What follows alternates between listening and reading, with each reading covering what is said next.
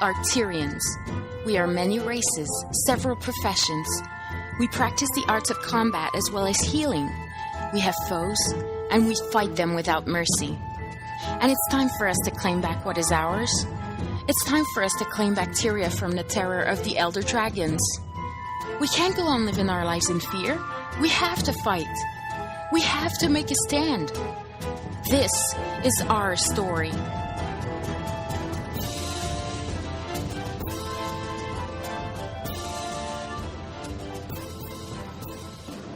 All right, well, welcome everyone to episode number, what is it, 4? 4? 5. 5. 6? All right. 6, 7? I don't know. I don't keep count. 1, 2, 3, Lorecast. Guys, you can't tell, we're having a fun time here. But in all seriousness, welcome to episode number 4 of the Chronicles of Tyria Lorecast, where we bring you interesting Guild Wars lore in over 5 minutes. Yeah. That's covered in the lore bites. On this week's show, we're going to be talking about some, I guess it's all heroes, right? Yeah, heroes but major NPC hero characters from Guild Wars 1, ones that we haven't already covered.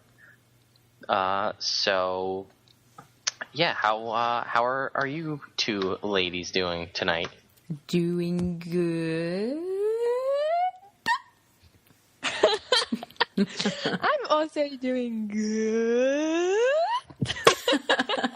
I mean, we just finished the live show, the COT podcasting, so we're still in a little bit of hype of the show, so it might reflect in our voices. Maybe. Don't you hate it when people talk in question marks? Apparently that's what Australians do. We always lift up our voices at the end of a sentence. Ah. So, right there when you forcibly didn't. Yeah. Do many times I think you're asking me a question and you're not. Apparently it's an Australian thing, so, I don't know if we're all, really insecure and we're like, You want a drink? The hot day today, isn't it?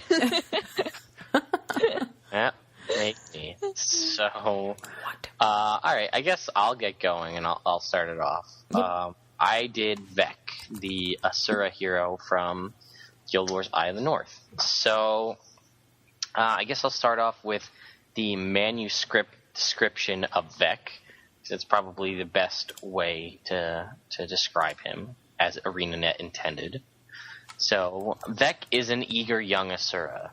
He and his people have been driven to the surface recently, and he is curious and interested about this new development.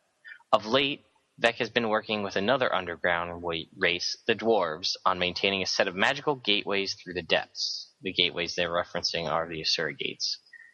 Although he may not seem daring or even outgoing, his clever mind and agile fingers can create amazing magical items and explosive assistance when his companions are in need.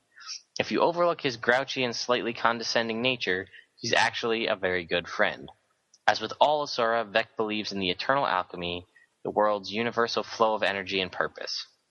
He is considered one of the finest minds among his people, and is always looking to perfect his craft. Of course, it's not as easy being perfect when you're surrounded by idiots.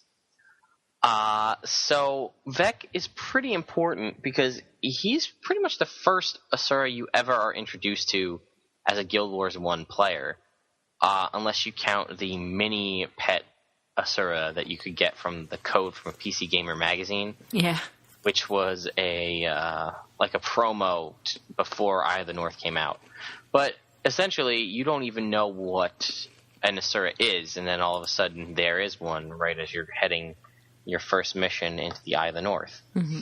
So once I guess I'll just describe the opening mission kind of starts off with you run into a bunch of dwarves and Vekk, and they're running because the destroyers are coming, and Vekk is there because he's working on the Asura gates, and you need to get through the gate to get away because cave's collapsing and destroyers are coming. So you run away, and then eventually, you make your way to Boreal Station, which is the starting outpost in Eye of the North. And then the hero Vekk gets unlocked, and then you have him in your party, and he's an elementalist. You can bring him with you if you want. I used to. I liked running 2 Ellies in Guild Wars 1, me being one and Vekk being the other. And all of my hand-me-down gear could go to Vekk. You mean you never used Zed Shadowhoof? No, because I never... Nightfall was the last campaign I played through. So, I got, in the month... Since I was in Chronicles of Tyria, I obtained Zed Shadowhoof, because I didn't start playing through my Nightfall till the very end, before Guild Wars 2 came out. But when Vekk gets unlocked, you get that little pop-up window, Hero Unlocked, and it says... Vekk is young by Asuran standards, but is unequaled in his knowledge of the Asura Gate network. He is skilled with magic and more than willing to risk his life and yours to keep his people safe. So that is a little... I'm just going to go... I got a couple more quotes here. When you talk to Vekk, I think... says, "Trust me, Vekk is the answer to all your problems." And then you say, "What are you anyway?" And he says, "I belong to a powerful race, the Asura. We are gifted spellcasters, golemancers, and mage workers. Superior to all races, my people lived in the depths but were driven to the surface by the destroyers. So much knowledge lost. The bulk of people now make their homes along the Tarnished coast." And then you say, "What are these gates?" And he says, "You like them? We travel through the depths with them. Beats having to carve out miles of tunnels, don't you think? They teleport you to a predetermined destination through another Asura gate. Most of them are tuned to the central transfer chamber, but when we lost that, the entire network was compromised. A few gates do not tie back to the chamber, mostly to small backwater places like your homeland. Those are still safe, at least for the moment." And we kind of talked about it before, but the central transfer chamber was where Primordus was resting, and his, bleeding residual magic is what caused the Asura to settle there. So, Vekk travels with you through your majority of your travels through Eye of the North, but he's kind of just an ancillary character in the beginning, because in the Eye of the North you have a story with, building reputation with the Norn, and the Ebon Vanguard, and the Asura, and the Dwarves. And until you get to the Asuran storyline, Vekk's just kind of there commenting, calling everybody Buka, which is also the first time you're ever introduced to that word. Which, for those of you who don't know, Buka is an imaginary monster that Asuran parents tell their children, these tall, hulkish, dumb, bellowy creatures that stomp around and are dumb, and basically that's humans, at least according to Vekk. And funny enough, I was thinking you don't really hear that. I don't know if you hear that at all in Guild Wars 2. Buka, I think we do, but not as often as we heard it in Guild Wars 1. When I was doing the Azura storyline, every second word was Buka. And, it just kept on going on and on. Maybe that's why, as an Asura, you hear it more. Because as a human, you don't really hear it much, but I wouldn't be surprised if the Asura saying that to each other, in the personal story and things. Mm-hmm. Although, yeah. Asura to say it to your face. I was thinking in Guild Wars 1, but you're right. Now that I think about it. Whoop, she muted herself. You lost your sound. I'm back. Yay! Like you were saying? I was actually thinking about Guild Wars 1, the Azura storyline, or the Azura, you go and help the Azuras. But now that you say it, I actually did realize that they actually, when I'm talking to an Azura about a human, it's almost always said as Buka.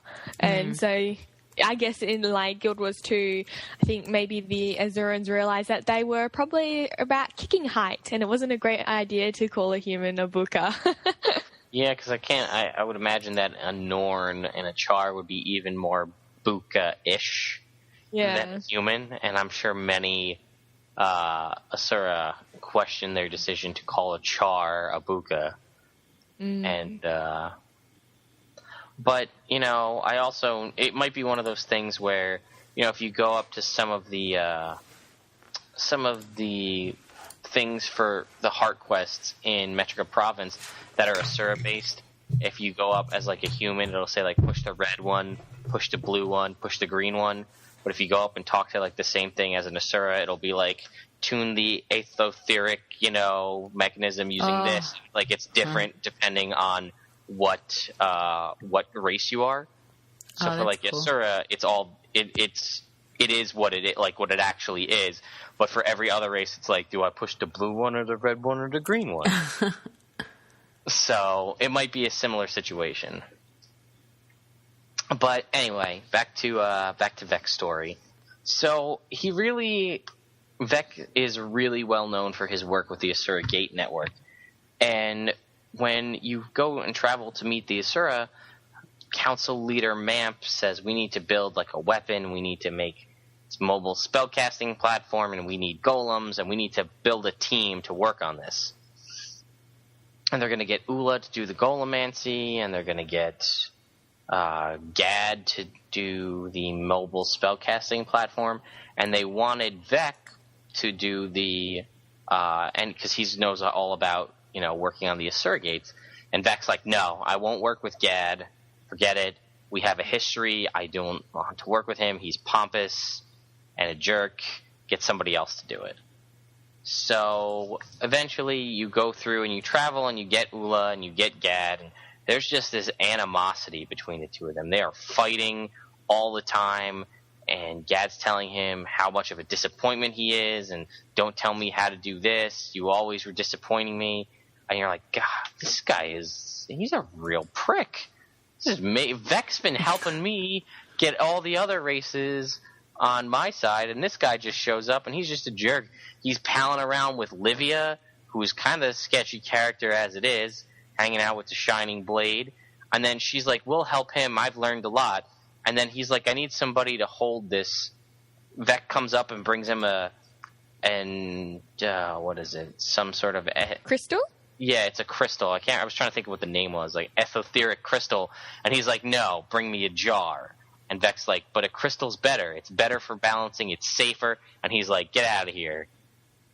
You bother me. So then Livia comes and brings him a jar. And he says, will you hold that? And she's like, we're harnessing energy from a bloodstone. This will kill me. And he's like, then get some other human to do it. I don't care. And then she's like, wait a minute. Like, you don't care about my people? Is that all we are? Just some, like, cannon fodder for you? And he's like, surrounded by idiots, And then you're like, so this Gad dude is just, you're like, I don't like this guy. He's just a jerk. He's mean to everyone. Super hard on Vekk. WTF. And then at one point Gad says that Vekk says that Gad was the bane of his existence. And then you get to the last mission where the destroyers are coming and the golems aren't ready. So you need to you as the character are holding them off so that, Gad and Rank and Ula can get the golems going. And then Ula comes to Vekk and says, I'm sorry, but Gad's dead. He was trying to boost the power level on the last golem and there was an explosion. And even though Vekk earlier was like, don't use a jar, use a crystal, it's safer, Gad didn't listen, and then he blew himself up. And then that's when your character's like, wow, I don't get it. Why is he crying? They hated each other. And then Ula's like, father-son relationships can be quite complicated. And you're like, what? Mind blown. Your first real insight into a certain familial relationships at that point is just, wow, what a jerk. Yep. I remember that moment quite clearly. I was like, what? Oh my God, that's horrible. Yeah. Yeah. And I mean, unfortunately for us, that's the majority of Vekk's character. Like, all that we know about him, like his backstory and everything, is he hates his dad, and his dad blows himself up. And he's sad about it, but, that's kind of sad. Poor Vekk. Yeah. Also, he has a hairstyle that's very similar to one you can get in Guild Wars 2 as a male, and I think a female Asura as well. Creepy ass eyes though, big solid black eyes. Mm-hmm. Creepy. Yeah, they added the pupils in Guild Wars 2 to make it more personalized. I think. Yeah, I think so. Because all Asuras in Guild Wars 1 had those deep black eyes, right? Yep. A couple of them didn't. Some of them had actual pupils, but did they? Yeah, like Gad, for instance, has like white eyes, solid white eyes. Oh. And I think Mamp had like one of them has, maybe it's Ula has like orange eyes with pupils, but it was really all over the place. So let's go into a little bit more trivia about Vekk, because I'll talk about it in a little bit. We really don't know much about Vekk's transition into Guild Wars 2 and his legacy or anything. But like I said, he's the first introduction of the word buka to most players. And he has a bunch of very interesting quotes. And his one quote is, "Are you pondering what I'm pondering?" is one of the quotes he says when you're walking around. And for those of you who don't know, he's voiced by Maurice LaMarche, who was Brain from Pinky and the Brain, at least here in America anyway. Really? Yeah. Did you guys watch Pinky and the Brain? Yeah. And Maniacs? The heck out of me. I was way too young. Yeah. But that's true. Oh, Pinky, are you pondering what I'm pondering? She was still in diapers. So, try to take over the world. Yeah, same character, which is like that was an instant connection for me when I first that opening cutscene. I was like, oh my god, it's Brain. And, oops, sorry, dropped my mouse. So that's one of his quotes. That's pretty, and he's got a couple other funny ones that I like. And he says, "I've been thinking about the Char. I think they can be domesticated." And oh my god. Here's another one for all of you, our peers or fan fiction writers out there, that I feel could be a pretty good quote. "My friend, you're as jumpy as a dredge in a room full of rubber balls." What? Dredge? Because they're blind. All they can hear is the sound of rubber balls bouncing everywhere. Nice. Good one. So I figure, some of you guys may want to jot that one down and throw that in your fan fiction. That's a pretty clever one. Yeah. And then, in typical Asura style, he's got, you give a new meaning to the term counterintelligence. But he has a couple other ones that are very much total ripoffs from pop culture, as it was ArenaNet's style in Guild Wars 1. And I'm a little bit sad. It was campy and fun in Guild Wars 1. And I get that Guild Wars 2 is a little bit more of a serious, not a ton, but more serious. Mm-hmm. I think Guild Wars 2 is more serious than Guild Wars 1. But one of his quotes was, "Never mess with an Asura when death is on the line." And that is very clearly a line from The Princess Bride with Vizzini, with "Never mess with a Sicilian when death is on the line." And they start laughing, and then he dies. Yeah. From the iocane powder.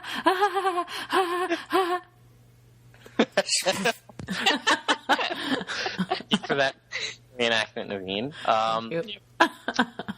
Two other quotes he has: "I can kill you with my brain," and "You're my kind of stupid," are both quotes from Firefly, one first being from River, the second from Malcolm Reynolds. Mm.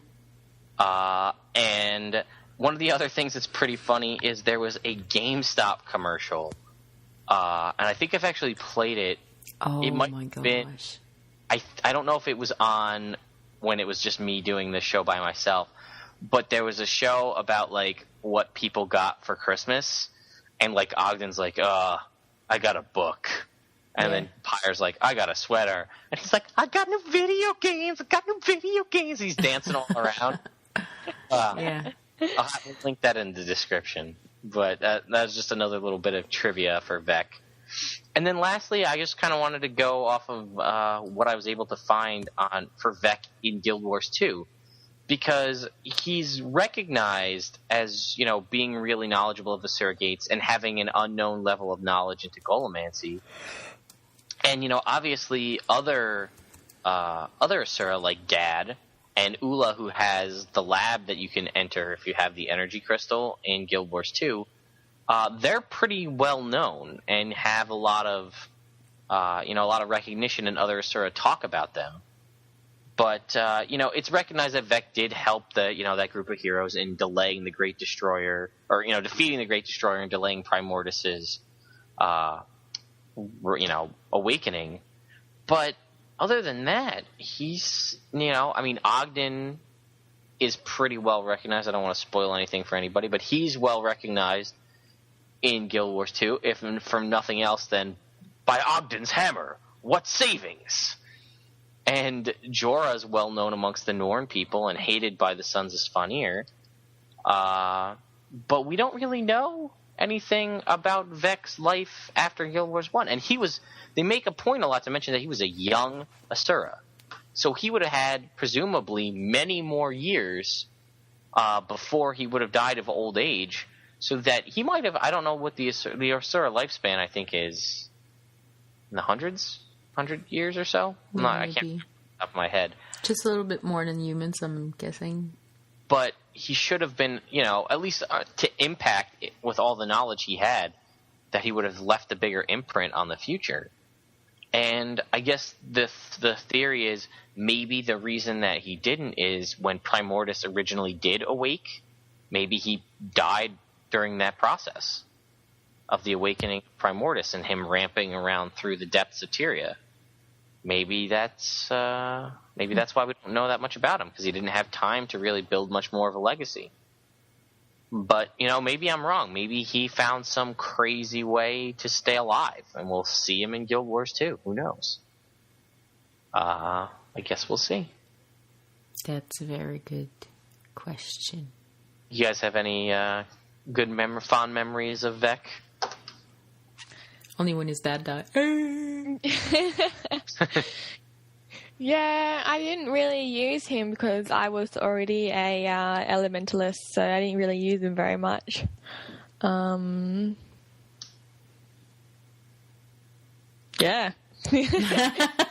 Well, that is that. I'm sad to see he's not in Guild Wars 2, that's for sure. Yeah. Does he even have, the clothes? You can get, Livia, or Jalus's clothing and, all that stuff. With the exotic armor sets, like Yakington's armor and all that. I don't even think you can get Vekk anything. No. Huh. I haven't seen anything. No, I don't think there is. Interesting. All right, Kaysee, you're going to... My turn, is it? Livia, right? Yes. Yep. Okay. Well... so I am doing Livia, which, if you play Guild Wars 1, you'll know that she's a human necromancer companion in Guild Wars 1. Slut. Hey! Have you seen that outfit? Her default outfit? She had jugs. Okay, that's all. She had jugs on jugs. Jugs on jugs. Yeah, they were she had the most... Well, I reckon she had the most revealing outfit. Sexually alluring outfit. Revealing, maybe not. That probably was left for the monks and their tattoos. But she had, this kind of... It showed off her cleavage, and she was very sensual. The way she talked as well, and the way her hair was, she's very sensual. But I shall describe her with the Guild Wars 1 manuscript, which is: while the war between the White Mantle and the Shining Blade tear apart her Crichton homeland, Livia risks everything to keep her people safe.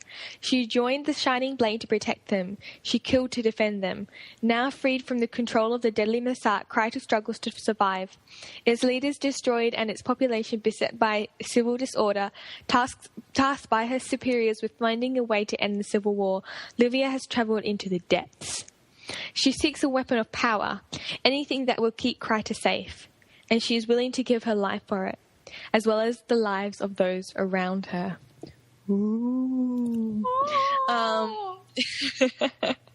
So you first meet her during one of the primary Azuran quests, and she's assisting Gad in finding and harnessing the power of the Bloodstones. In her first cutscene, you can really see her devotion to her homeland, Kryta, because she says, "We all make sacrifices. I would sacrifice 10 times over if it would protect my people." She's got this really fervent passion to her as well. And when she comes to assisting Gad in the hopes of finding a new and powerful magic that she can fight the mantle. And she kind of has this almost naive thought that, like, she doesn't under any illusions about Gad, but she kind of has this naive thing that, you know, Gad will share it with her, and that, you know, she can almost take that magic as well. But, you know, she says that, you know, she knows that he's not a very nice person, and that at least she's been learning necromancy from him. And I think that even if he didn't give it to her, she would kill him and take it. Eventually, Gad's lack of morals disturbed Livia, and she decides to leave Gad. Instead, she joins the player. However, Livia doesn't quit without a plan. She mentions a mysterious scepter of awe to the player. And this is like, Livia is kind of very much confusing to me. She's not a very straightforward character because, on one hand, it kind of alludes that she would do very awful things, and that she would, that she's got a very dark side to her, and anything to protect her homeland. But then when she finds out that Gad is, you know, quite happy to sacrifice human Vukas, she kind of goes, oh, well, I wash my hands of this, and decides to leave.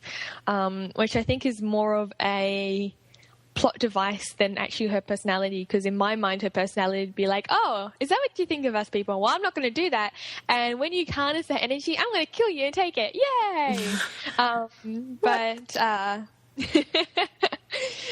But yes.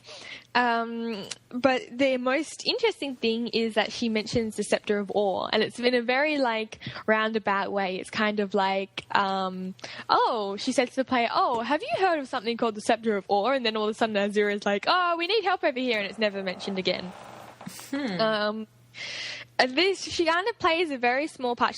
From here on, she becomes part of your party, and I really liked her, and I had her in my party. But she becomes more a major player in the war on Kryta. She's extremely loyal to Salma, and is one of the leaders in the civil war.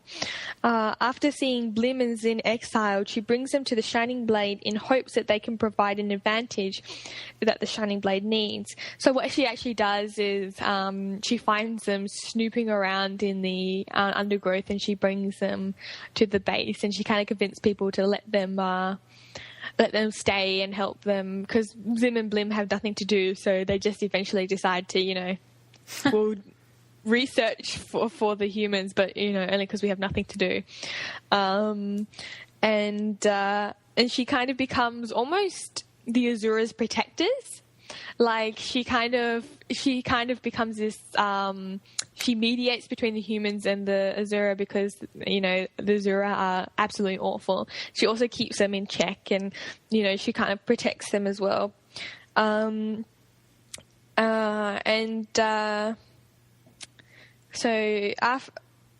she brings the Zin and Blim back to the Shining Blade, and apart from managing the troublesome Azura, she also coordinates many attacks, including the assassination of Ailey the Innocent, which is actually a quest that the player can go on, and she's there. So you actually play alongside her, and she's a very good character, I feel. Very strong and sensual at the same time. Like, you know, sometimes it's either or, but she's both. When the war is won, Livia becomes the head of the Shining Blade as Bartholus. Is that how you say it? Yeah, Bartholus. Bartholus becomes head of the Seraph. A soldier has this to say: Bartholus will make a serviceable leader to replace Ivinia, but I would have preferred Livia. Not only is she easier to look at, but there is a passion there that I don't see in Bartholus. I feel Livia would do anything for Kryta, and I mean anything. Like, either that's like sexual innuendo or something else. Wow. Okay. I think it's actually like an allusion to something darker. I don't think it's sexual innuendo. No. I mean, I'm sure it is supposed to be, but I'm going to take it as innuendo. Innuendo. I was going to say that. It's weird to make a joke on my own joke, so I did.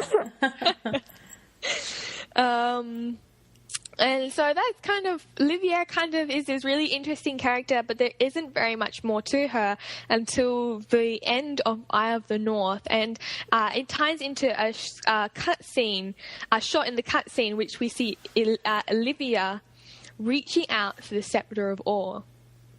And if you played the Prophecies campaign, we know that the Scepter of Ore is a very powerful, very dangerous artifact. And it is kind of one of those, items that the whole world kind of revolves around. Like, if someone's going to pick up the Scepter of Ore, you better believe that there's going to be a plot line around it. So you'd be wrong. These cutscenes were in place as a setup for a preview of Guild Wars 2. So many speculate what happened to Livia and about what happened to Livia and the Scepter of Ore. During an interview, it was asked to, I think this was Rhys Osby, is the Scepter of Ore going to make a comeback in Guild Wars 2? And she replies, it is unlikely that something as powerful as the Scepter of Ore will stay hidden forever. When we last see it at the end of Eye of the North, Livia is reaching for it. What happens next has not been revealed, but yes, she did command the power of the scepter for a short time. So it's very like, oh, what's going to happen in the future? And I actually just went away from the page because I was looking for Buka under the wiki. But in the wiki, it says here, in a reference to a War Tower interview, Rhys Osby stated that she couldn't answer the question when she asked about what happened to Livia and the Scepter of Ore, because it was important and she couldn't answer it. So very interesting. So that means that definitely they've got an idea for it. I don't think it's in place, but definitely they've got an idea for the Scepter of Ore and Livia.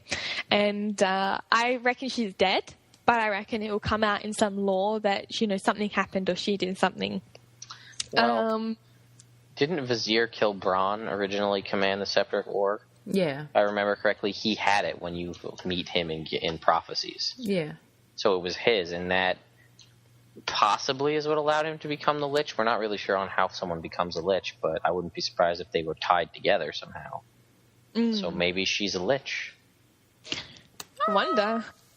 She rolls ore along with the dragon. Why? She has this. She would be good as a Lich because she's very sensual, and she already looked a little bit evil. So I reckon she'd be a good Lich. Yeah. So undead things are sensual to you? No, I'm saying succubus. Yes, thank you very much. They're not dead; they're demons. Let's not get into it. We'll keep it.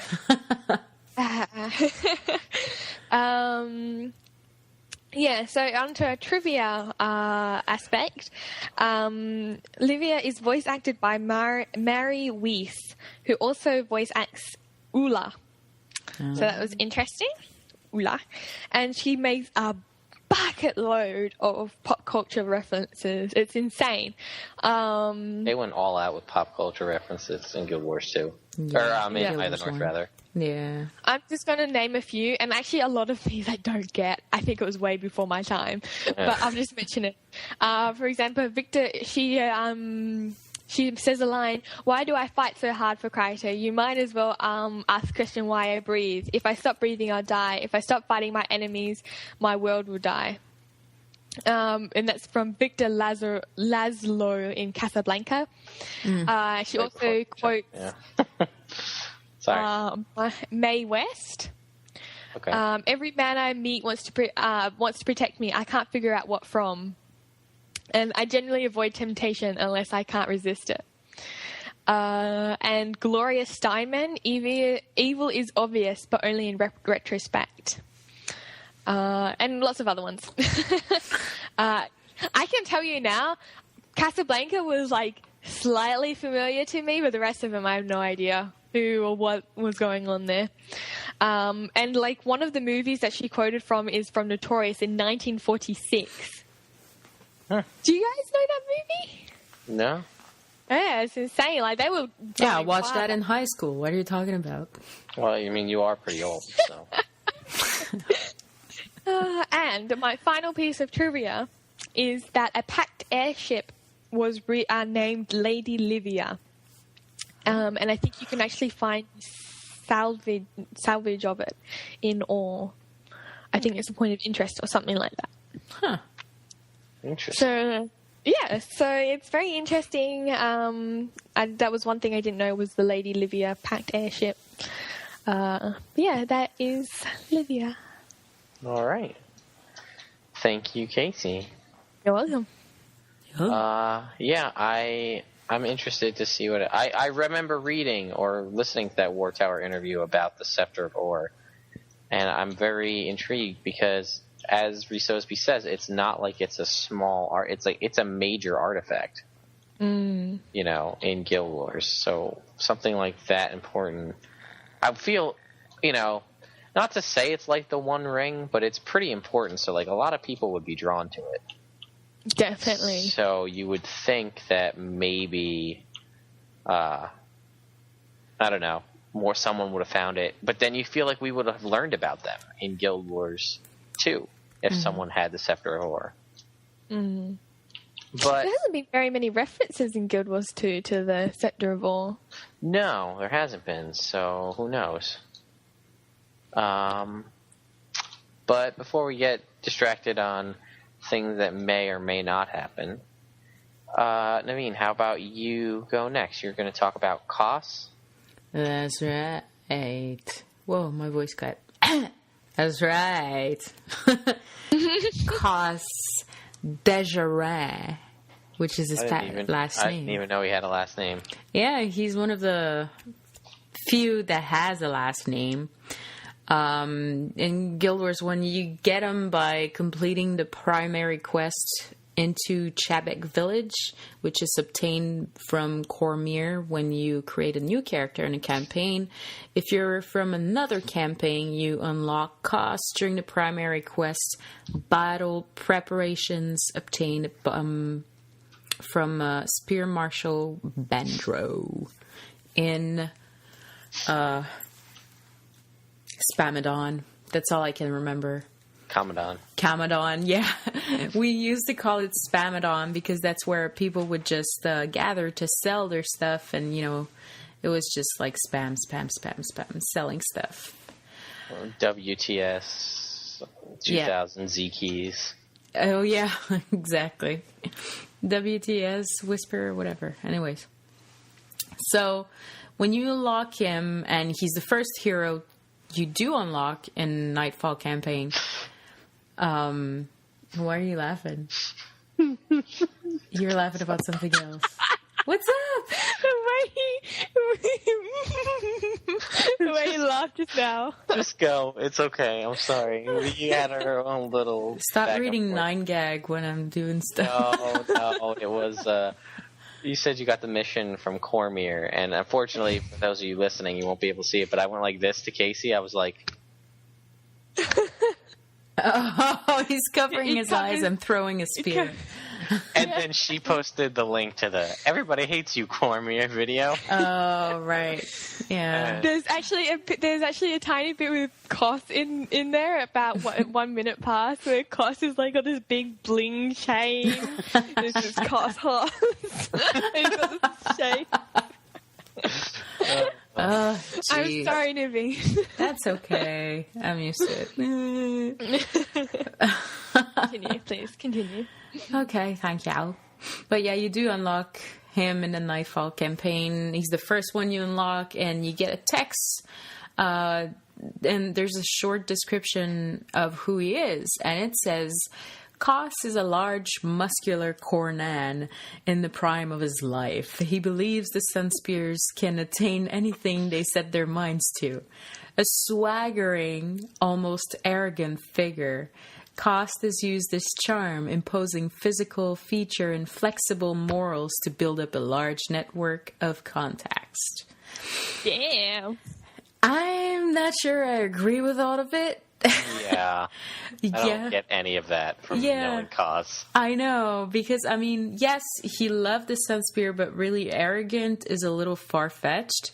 To me, Koss is a big, tough-looking man that is really just a gentle little bear. He's a warrior, he's funny and caring, and he would die to protect anyone, especially if it's Meloni. another hero that joins you later in Guild Wars 1. And he strongly feels the need to protect Ilona from all threats. But, I mean, he's kind of silly also, you know, and it's the voice acting is just, it doesn't make him like the big badass, you know. It's just, he's the funny dude, you know. There's a little passage from the Guild Wars manuscript that I'm going to read. It says, Koss can find a way to get along with just about anyone. He gets along with heroes, doing whatever it takes to help the Sunspears protect Ilona. He's courageous enough to say what others are afraid to say, and he'll do what others are afraid to do. He also gets along with the less respectable representatives of Ilonian society.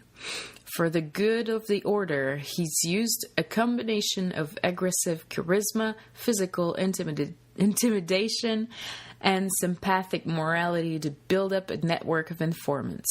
Of course, some of those contacts aren't entirely trustworthy, which means his information has a price. Because of a few questionable deals with informers, Koss doesn't entirely get along with his commanding officers. He's managed to talk his way out of being discharged outright, but his extra-legal activities have taken a toll on his career. He's skillful enough in combat that he should be an officer by now, but an officer with contacts in the underworld is a risk that Sunspears can't afford to take. Despite that, he knows their investigations need information, so as a loyal Ilonian, he'll keep doing what it takes to save this country, no matter how much of a personal sacrifice that might be. So, Koss is an old friend of Meloni, as I said before, and in the Nightfall storyline, it unfolds their relationship with each other and with Talcora. And there's a kind of sort of like a love triangle in between all of them, but in the end, well, I feel bad for saying spoilers though, because if you do want to play Guild Wars 1, you know, I mean, what? At this point, I think we can spoil Guild Wars 1. Oh, but I feel so bad because people are definitely. still playing it, even though, you know, they're not in favor. But anyways, Koss ends up with Meloni because Talcora has feelings for Koss. Koss has feelings for Meloni. So Talcora is all like, at one point in the game, she looks to Meloni and she, talking about Koss, she goes like, he's all yours. She sacrifices her love. Anyways, his family name is Desjardins. His father is Zudash Desjardins, and his sister is Alonce Desjardins. He left on bad... It's almost French, right? You're making it sound French. So well, I don't know. It's a French name, so I don't know if it's meant to be a French name or, you know, if you just say Desjardins. That's probably more realistic because it's supposed to have the kind of African. But anyways. But it's okay. Let it be whatever you said because it suits you better. D. How about D? He left. How about just Koss?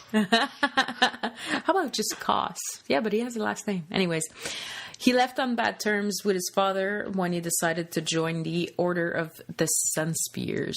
In Guild Wars 2, you can actually find books in Divinity's Reach that are titled Koss on Koss, that are Koss's autobiography. But it sounds like something else.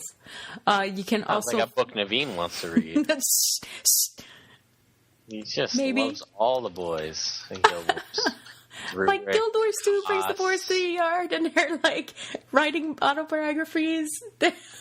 Okay, never mind. Joking. You can also forge this item, the book, at the Mystic Forge, and it becomes an ascended back item that has plus 56 power, plus 35 toughness, and plus 35 vitality, and an unused defensive infusion shot. And it looks pretty cool, actually, the book. Look it up on Wiki. Some of my favorite quotes from Koss is, find a map, assemble the map. I feel like a blasted librarian. Find Corsair, disassemble Corsair. Now that's more like it. Okay. He says, I heard from a Cornan who heard from a trapper who heard from a Corsair captain that Rojas has a little Corsair blood running through his vein. I don't doubt that one bit. If my brush with death taught me anything, it's the value of friends and allies. I can't do everything myself. Well, I could, but where's the fun in that? Gus, you're hilarious. The Masters of Whisperers wants us to fight a what? A demon? Koss, Demon Hunter. I suppose it'll look nice on my tombstone. Which brings me to the... What if we find this tombstone and it says Koss, Demon Hunter? I'll be like, yes. That's awesome. The duology of Lisa? Wait, before I go on. Lisa or Lysa? Lisa. I always went with Lissa. Lissa. Oh, yeah. Yeah, that's more like it. Yeah, okay. Lissa. I have to remember that. The duology of Lissa? Koss doesn't need a book to tell him Lissa's greatest invention. Women! And my finely sculpted chin. Koss, you're hilarious. This is going to be tough. I hope Dunkrow's got a plan, or it's going to be a bang smash, no more Koss. And then what would the ladies do? Koss, you the man. Okay. Here's a little bit of trivia. Koss's quote in a Norn fighting tournament, because he's there, says, hey, look, I'm fighting alone. Which is probably a joke that pokes fun at the Sunspear motto, you never fight alone. There's also an everlasting tonic that transforms you into a Koss, which I proudly own.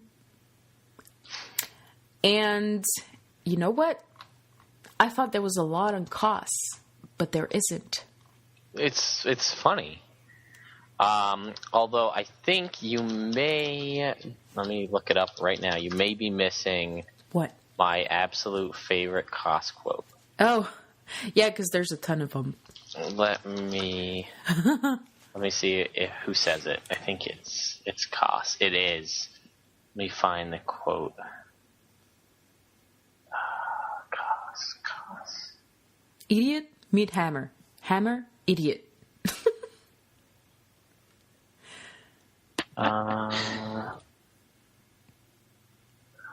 Where is it? Hang on. I will find it. I'm hanging. How long do I need to hang on? Just long enough for me to find the quote. Okay. I think my name makes a fine battle cry. Koss, what do you think? I never played with him. I'm kind of sad about that. You should have played with him. Oh, here we go. These aren't Cornin drakes. These drakes aren't even from this continent. Enough is enough. I have had it with these Balthazar blasted drakes on this Balthazar blasted plane.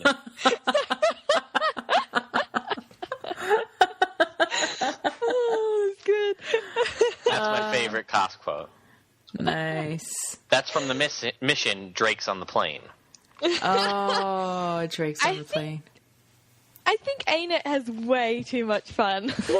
I think, like I said, I think they did in Guild Wars 1. Yeah. But there's a severe, there is some things, we know there's a couple of skills, and, Rangers say, I choose you when they send out a pet and things like that, but, there's a distinct lack of that kind of just cheesy, over-the-top pop culture references that they had in Guild Wars 1, and I greatly miss that, because I loved that. All the inscriptions you had for all the weapons in Guild Wars 1 were all pop culture references. Yeah. Hail to the King and Show Me the Money and Master of My Own Domain. And all those Show Me the things. Money, yeah. That was cool. I have to say that some of the mission names, like when you're in the loading screen and it has the mission names, some of them are lame. Like, they're obviously a reference to something, or I can't remember exactly what it was, but one time the loading screen showed the name and I looked at it and I went, oh, like, just like face palmed. It's probably because you didn't get it because you're like 15, you know? Oh. How rude. I'm not a teenager. Just barely. I just had my 22nd birthday. That's not young. Too young. No. Yeah. Oh, for Naveen. You're only as old as you feel. I'm like 12. These times. But yeah, that's all I had on Koss, because I thought he had this kind of, really big backstory, but somehow he doesn't. He's just in bad terms with his dad, and he loves Maloney, and he reminds me of Shaq. Shaft. Shaq's the basketball player. Yeah, I know. No, it's because it's a coworker thing, and I was used to say Shaq, but yeah. Anyways. Okay. I think it's talent to be able to like have companions, because I also feel the same. I feel like the companions felt like they had so much more backstory when you look into it. Like, I think that's just how well things are written, that you feel like they're so much deeper than what the lore actually says. Yeah. That could be true. And I feel like I thought there was a lot more for Vekk. Yeah. And I couldn't find anything, really. Oh, I forgot something about Koss, though. What did you forget about Koss, though? He has a big scar on his right eye, and his right eye is all white, so I'm guessing he's blind from his right eye. Mm-hmm. And he's got a big throat. Oh, yeah. But we don't know why, do we? No, we don't. Shaft! Can you dig it? Oh, yeah. Gosh, horse. What? Anyway, before this gets out of hand yet again, it's not the live show. We appreciate you guys coming out and listening to our lore shows. If you've got a topic that you'd like to see us cover, let us know. Send us an email at hosts@chroniclesoteria.com, or find us in game, or get a hold of us on Facebook, or send some way on YouTube and let us know, because we'd love to take your topics. We've got a couple episodes planned out. Just as a heads up, next week we're going to be releasing it's going to be a revisit to the Sylvari, because it's our 1-year anniversary of Chronicles of Tyria podcast. Oh my God, we're old. I know. And the first episode we did on the Sylvari. Well, now we want to kind of go back in, listen to that first episode, and see how much different, how far off we were, because it was all speculation, what we got right, what we got wrong, have our opinions on the Sylvari changed at all, things like that. And we will, if you guys have things that funny stories involving what you thought of the Sylvari and what you actually got, let us know, and we'll bring them up. But yeah. So if you guys don't have anything else, I guess we wrap this up. Okay. All right. So for Chronicles of Tyria Lorecast, episode number 4. Yeah, 4. Let's just go with 4. Yeah. I'm Lagwyn. I'm Kaysee. And I'm Naveen. In the house. And we'll see you next time. Bye.